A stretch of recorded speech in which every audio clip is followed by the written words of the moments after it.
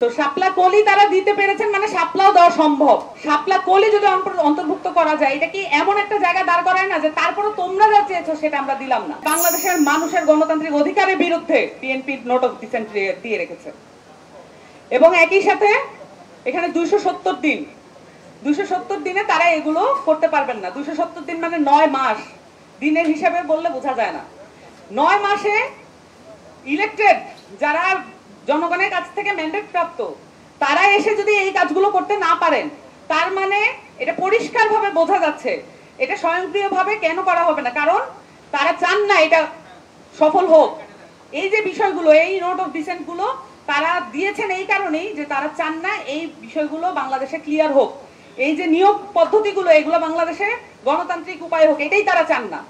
তার মানে পুরো নোট অফ ডিসেন্ট দিয়ে রেখেছেন পুরো গণতন্ত্রের বিরুদ্ধে। একই সাথে আমরা একটা নতুন রাজনৈতিক দল হওয়া সত্ত্বেও আমরা নিজেদের মতো করে নিজেদের যে যতটুকু সক্ষমতা আছে ততটুকু দিয়ে আমরা সংগঠন গুছিয়েছি। কিন্তু আমরা সেই সাথে গণতান্ত্রিকতার লড়াই করার জন্য আমরা ঐক্যমত্য কমিশনে যে লড়াইটা করেছি, এটা লাইভ টেলিকাস্ট হয়েছে। শান্তভাবে কথা বলেন আমাদের যারা সংস্কার কমিটি আছে এবং আমাদের সেক্রেটারি আক্তার হোসেন, শান্তভাবে কথা বলেন বলে এই লড়াইটা বোঝা যায় না। কিন্তু আপনারা এও দেখেছেন ঐক্যমত্য কমিশনে প্রশ্ন তোলা হয়েছে আমাদের বয়স কত, কতদিন ধরে আমরা ফ্যাসিবাদের বিরুদ্ধে লড়াই করছি, এই প্রশ্ন পর্যন্ত তোলা হয়েছিল। তার মানে পরিষ্কারভাবে এটা একটা ষড়যন্ত্রমূলক প্রক্রিয়ার মধ্যে দিয়ে আগানোর একটা প্রচেষ্টা বড় দলগুলো। এটার কোনো প্রয়োজন নাই। বাংলাদেশের মানুষ এখন যেভাবে আধুনিকতার দিকে চলে যাচ্ছে, এগুলো খুব পরিষ্কার এই ষড়যন্ত্রগুলো। তো সেই সাথে আরেকটা বিষয় বলে রাখি যে এই যে দেখেন, আমরা একটা রাজনৈতিক দল হিসেবে আমরা শাপলা প্রতীক চেয়েছিলাম, কিন্তু গ্যাজেটভুক্ত হয়েছে শাপলা কলি। দেখেন যে কোন ধরনের কারণ, আইনি ব্যাখ্যা, কোন সাংবিধানিক ব্যাখ্যা ছাড়া আবারও একটা নির্বাচন কমিশন এমন একটা পজিশন নিল যে এটা একটা প্রশ্নের জন্ম দেয়। শাপলা কলি যদি অন্তর্ভুক্ত করা যায়, এটা কি এমন একটা জায়গা দাঁড় করায় না যে তারপরে তোমরা যা চেয়েছো সেটা আমরা দিলাম না।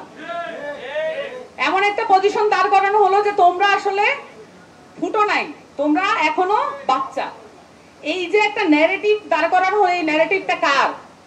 এটা হচ্ছে বড় রাজনৈতিক দলগুলোর ন্যারেটিভ। এই ন্যারেটিভে এখনো কমপ্লাই করছে নির্বাচন কমিশন। তো আমরা মনে করি যে এই যে তাদের এখনো যে প্রক্রিয়াগুলো তারা চালু রেখেছেন, এগুলো তারা অবিলম্বে বন্ধ করবেন। এখন গ্যাজেটভুক্ত এই যে সরকারি একটা কাগজ মানেই যে তারা একটা মনস্তাত্ত্বিক চাপ দিতে যাচ্ছেন, এই চাপ তো এই জেনারেশনের উপরে দিয়ে লাভ হবে না। তো শাপলা কলি তারা দিতে পেরেছেন, মানে শাপলাও দেওয়া সম্ভব, এটা পরিষ্কারভাবে আমরা বুঝতে পারছি। তাহলে তারা কেন এই ধরনের একটা প্রতারণামূলক অবস্থান নিলেন? এবং এই দ্বারাই বোঝা যায় এই কমিশনগুলো যেগুলোর বর্ণনা আমি এখন পর্যন্ত দিলাম, সেটা চেয়ারম্যানকে কেন বাছাই কমিটি এবং একটা নির্দলীয় বাছাই কমিটির মধ্য দিয়ে আসতে হবে, এই যে নির্বাচন কমিশনকে দেখে আপনারা বুঝতে পারবেন। এই নির্বাচন কমিশন পুনর্গঠন করার আগ পর্যন্ত বাংলাদেশে একটা সুষ্ঠু নির্বাচন করা সম্ভব না। সকলকে ধন্যবাদ। আসসালামু আলাইকুম।